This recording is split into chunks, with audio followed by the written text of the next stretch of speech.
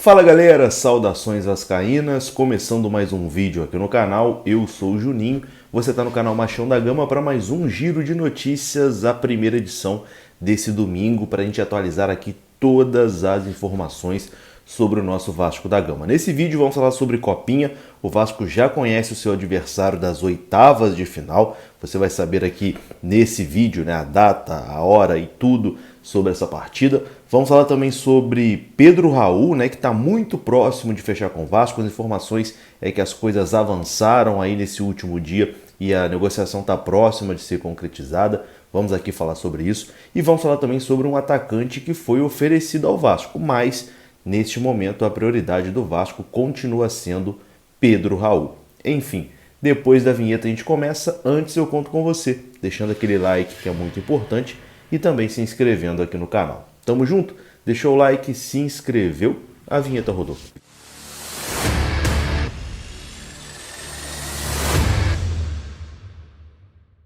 Então bora lá, meus amigos, começando mais um vídeo e vamos aqui direto para os assuntos, sem enrolação, vamos falar de Vasco e vamos começar falando da Copinha. Ontem o Vasco garantiu a sua classificação para as oitavas de final da competição, o Vasco passou nos pênaltis, né? Teve sufoco, o Vasco empatou com o Osasco Audax, né? E depois se classificou ali na disputa por pênaltis. O goleiro Cadu foi o herói, defendeu duas cobranças, né, e colocou o Vasco nas oitavas de final. E o Vasco já conhece o seu adversário. O Vasco vai enfrentar o São Paulo que derrotou o São Caetano e agora enfrenta o Vasco nas oitavas, reeditando a final da Copinha de 2019, né? Quando infelizmente o Vasco foi derrotado pelo Tricolor Paulista. Então teremos Vasco e São Paulo pelas oitavas da Copinha, um baita jogo, né? Agora o nível começa a ficar mais alto, né? Os times começam a ficar aí mais difíceis. Vai ser um baita jogo esse aí, Vasco e São Paulo, e a partida será na segunda-feira, amanhã. Isso aí, já é amanhã. Amanhã, 8 horas da noite, Vasco e São Paulo pela Copinha, transmissão do Sport TV. Bom, e ontem, após a classificação do Vasco, o treinador Igor Guerra deu uma entrevista, né, ali ao Twitter oficial do Vasco na base, né, e falou sobre a partida, sobre essas dificuldades e sobre a classificação para a próxima fase. Confira o que disse Igor Guerra, treinador do Vasco. Sabíamos que o jogo ia ser difícil, a gente teve o rendimento de percentual de finalizações abaixo do que a gente vinha apresentando, a gente tinha um aproveitamento muito alto do número que a gente chegava de vezes lá no ataque, que concluía, fazia gol. Hoje a gente perdeu alguns gols, algumas oportunidades claras, mas serviu para fortalecer ainda mais, dar mais confiança. Os pênaltis ali, a gente vai aprendendo a jogar a competição cada vez mais, e o próprio Cadu, que não vinha aparecendo muito ainda no campeonato, teve uma oportunidade de mostrar um pouquinho do seu potencial, da sua qualidade.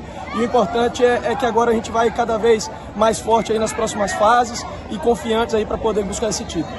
Quem também falou foi o herói da noite, né? O Cadu, o goleiro que pegou 2 pênaltis, né? Um ele ficou parado ali no meio, foi muito inteligente, aí o jogador do Audax tentou dar aquela cavadinha, ele ficou parado, defendeu, e o outro pênalti que classificou o Vasco, né, uma defesa ali que ele pega e a bola bate na trave, enfim, foi o herói da noite, pegou 2 cobranças, e o Cadu falou ali sobre esse momento, né, a festa dos jogadores do Vasco ali junto com a torcida ao fundo, e eu vou colocar aqui para você o que disse o Cadu e também a festa, né, dos jogadores do Vasco aí comemorando a classificação para as oitavas de final. Confira só.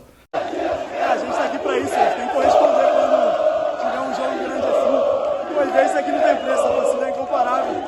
Agora é continuar firme na pegada e pra bater campeão dessa competição. Vai comemorar lá.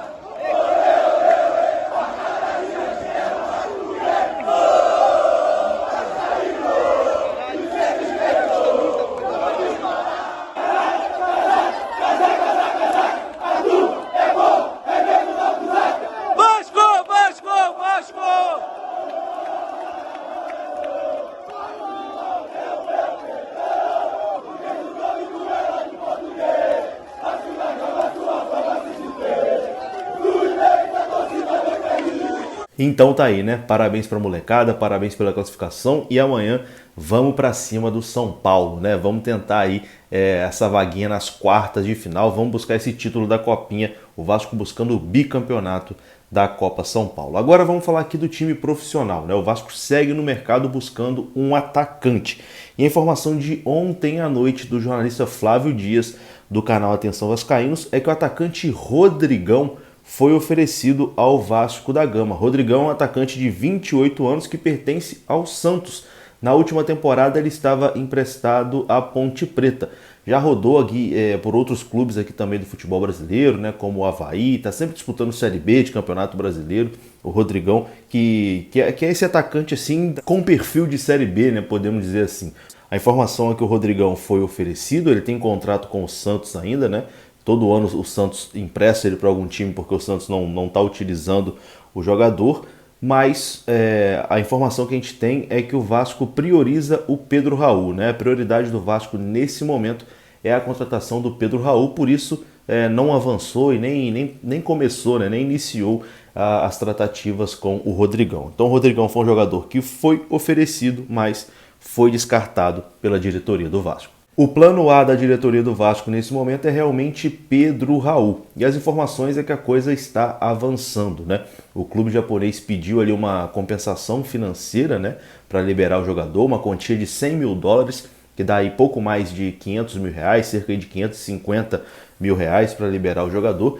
E o Vasco está negociando com o clube japonês essa possibilidade aí de empréstimo do jogador. A informação também do canal Atenção Vascaínos é de que a conversa está avançando, né? De que está muito próximo aí do Vasco chegar a esse acordo com o clube japonês. O empresário do jogador também está nessa jogada aí, ajudando, né, nessa conversa com os japoneses, e que a coisa está muito próxima de ter um desfecho positivo. É o plano A do Vasco e o Vasco está muito próximo, né, de conseguir convencer os japoneses, chegar num acordo ali com os japoneses e anunciar a contratação de Pedro Raul. Nesse momento, Pedro Raul é o favorito, né, para ser aí o atacante referência do Vasco na Série B do Campeonato Brasileiro.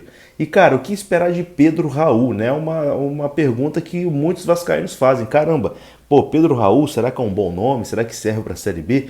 E eu vou colocar aqui o meu amigo Thiago Franklin, do canal do TF, que é um canal que cobre diariamente o Botafogo aqui na internet, e ele vai falar como foi a passagem do Pedro Raul lá no Botafogo e o que o torcedor vascaíno pode esperar do Pedro Raul, caso ele assine realmente com o Vasco da Gama. Confira só. Juninho, fala um pouquinho para vocês aí, galera do Vasco, aqui sou o Thiago Franklin, jornalista aqui do canal do TF, que fala somente sobre Botafogo, um pouquinho sobre Pedro Raul. O que você acha desse jogador, TF? É um bom jogador tecnicamente, muito bom jogador tecnicamente. Porém, Pedro Raul, ele é um jogador sem foco. Se ele tivesse tido foco e se ele conseguisse manter o que ele sabe fazer tecnicamente, teria ficado no Botafogo o ano passado, seria um jogador querido pelo Alvinegro.